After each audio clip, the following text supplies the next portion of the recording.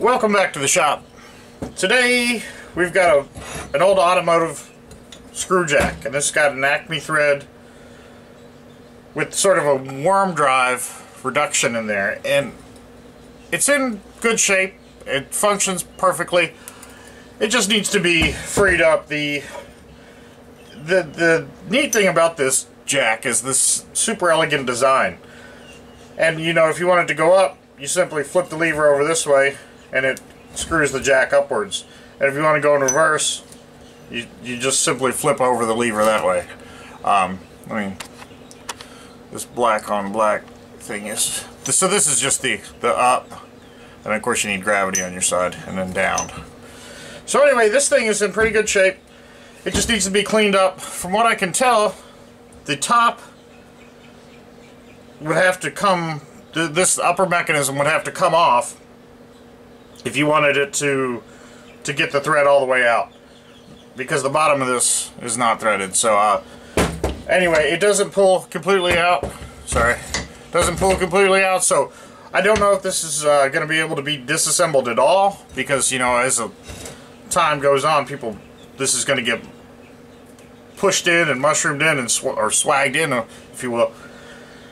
It'd be impossible to come out. So anyway, what I'm going to try to do is just sandblast this, clean it up, and then we will look at our paint options and figure out what we want to do with this. So been a while since I've done one of these. I'm not sure how it's going to shake out, but anyway, I figured I'd bring you along for the ride. So let's get started.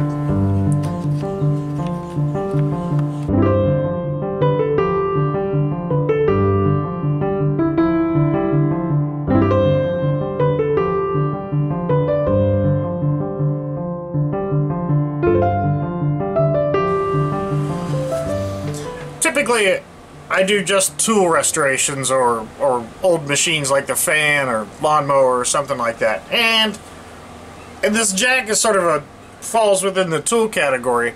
But whether you're doing a tool or whether you're working on a car or whatever you're going to do, when you're doing any sort of project, there needs to be some degree of control over your work environment. Otherwise, you're prone to having interruptions, and interruptions, for me, sort of present all sorts of problems.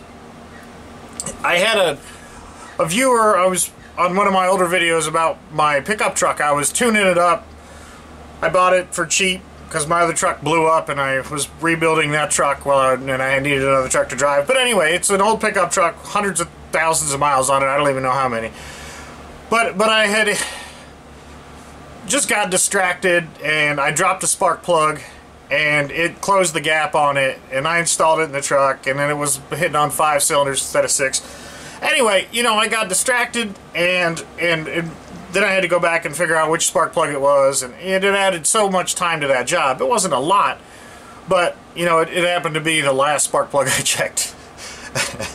and anyway, all this is to say is that when you have distractions in the shop, you know, it sort of can make things go awry. And in this particular case, I sort of got distracted, and I forgot to record the sandblasting and the cleaning of this. This was the automotive jack, and I was really excited to do this, and then, you know, I got sidetracked, I got distracted, and here I missed out on this, and you know, there's really no going back. You can't go back with these things. So anyway, completely my fault. I should have taken more responsibility in terms of making sure I didn't mess up, but you know, such is life. So I guess moral of the story is this is going to be a shorter video because I missed the cleaning up of this, and all I did was just throw it in the sandblaster and sandblast it. And when you sandblast things, this was a rusty wrench I had just done. You sandblast it and then wire wheeled, and then it just looks like clean metal again. So anyway, that's where I was at, and then I painted it with some Krylon.